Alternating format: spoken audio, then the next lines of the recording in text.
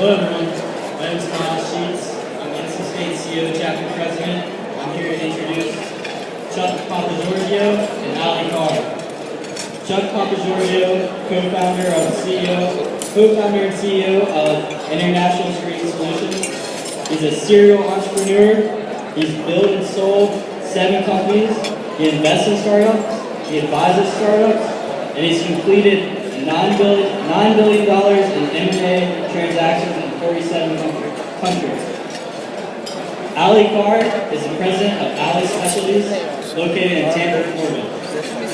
In 4 short years, Ali Specialties has become one of the top 50 fastest growing companies within Tampa Bay.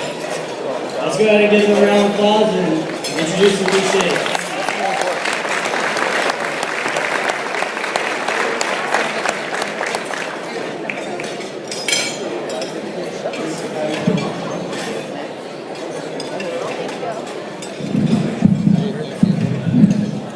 You know, hello. You know, it's always tough competing with lasagna. It's Halloween, so I'm trying to decide whether to inspire you or scare you. I don't know yet. But my 11-year-old asked me what was going to be the deciding factor. And I said, I don't know. If they're going to pay attention, I might try to inspire them. If they don't, I'll scare them. So hopefully you'll spend the next few minutes listening to somebody who's been around the block a few times. But before I do that, I want to say thank you to the University of Tampa entrepreneurs who found it worthy of that invitation. If you guys can stand up for a minute. Stand up, come on. There's like 10-some odd people here from the university, so thank you for inviting me. All right, so, you know, in Sparta, when the young warriors were ready to become men, and sorry ladies, it was just men back then, they would do this show in the auditorium where they would point their weapons and scream and holler and show how strong they were. And the old man up in the stadium would say, where you are, I've been. What I am, you'll come. May you have a good journey. So right now my goal is to share some things that I've learned and hopefully give you an idea of what a journey looks like. The first thing that I've learned is entrepreneurship is not a job. It's a lifestyle. So if you're not ready to sign up for the lifestyle of an entrepreneur, don't do it. Get a job. If you're ready to be excited, to be scared half the times, to make decisions that will change your life and other people's lives, entrepreneurship is the way to go. It's a lifestyle. There were many times over the years I've built 8 companies, I don't know, made about $10 million at one time, and then I lost it all within 2 years. I built a company with 7 people and run a company and bought a company with 10,000 people and everything in between. And I'm telling you, it's a lifestyle. If you're an entrepreneur, you're making a conscious decision to have a different lifestyle than everybody else. I remember when I started the company I'm running now, and we made a financial plan. And that financial plan called for a certain amount of capital. And then we said, oh crap, we're going to run out of money. And I went home and I told Mrs. Papagerorg, hey, you know that retirement fund and that college fund that's been piling up for the last 10 years? Yeah, I'm going to need it. And I have to admit, I have a pretty cool wife, but she didn't shoot me at the spot. Sorry for interrupting you. Everyone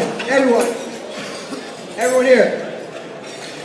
My main man here is giving a story right now that it's actually, you know, he's in the story. I need actually I know you guys are eating. I know you guys are talking to each other. When I said don't talk to the people around you right now, we have keynotes going on. We have room. There's going to be some time where you guys can talk to one another. But what we need right now is your full attention and your best chance to make the least amount of noise possible while you eat your lasagna. Some of you are like, you know, like you're looking angry and mad at the lasagna. You don't have to. Please, let's give a big round of applause. Let's make sure. Give him your full attention, okay? Thank you so much. Well, thank you. I've been rescued.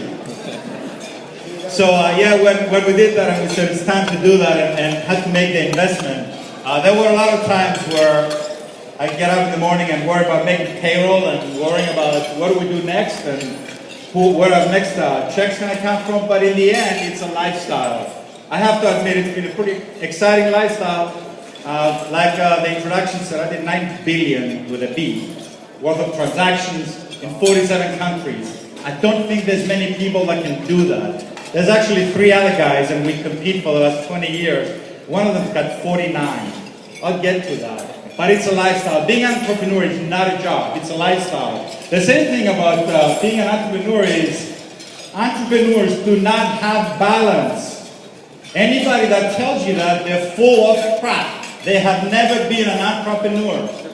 We do not have balance. The best we can do as entrepreneurs is harmony.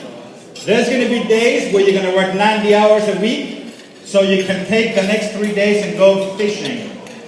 Or whatever it is you guys want to do. But if you think you're going to work 10 hours, 20 hours, 15 hours every week on a consistent basis, get a job.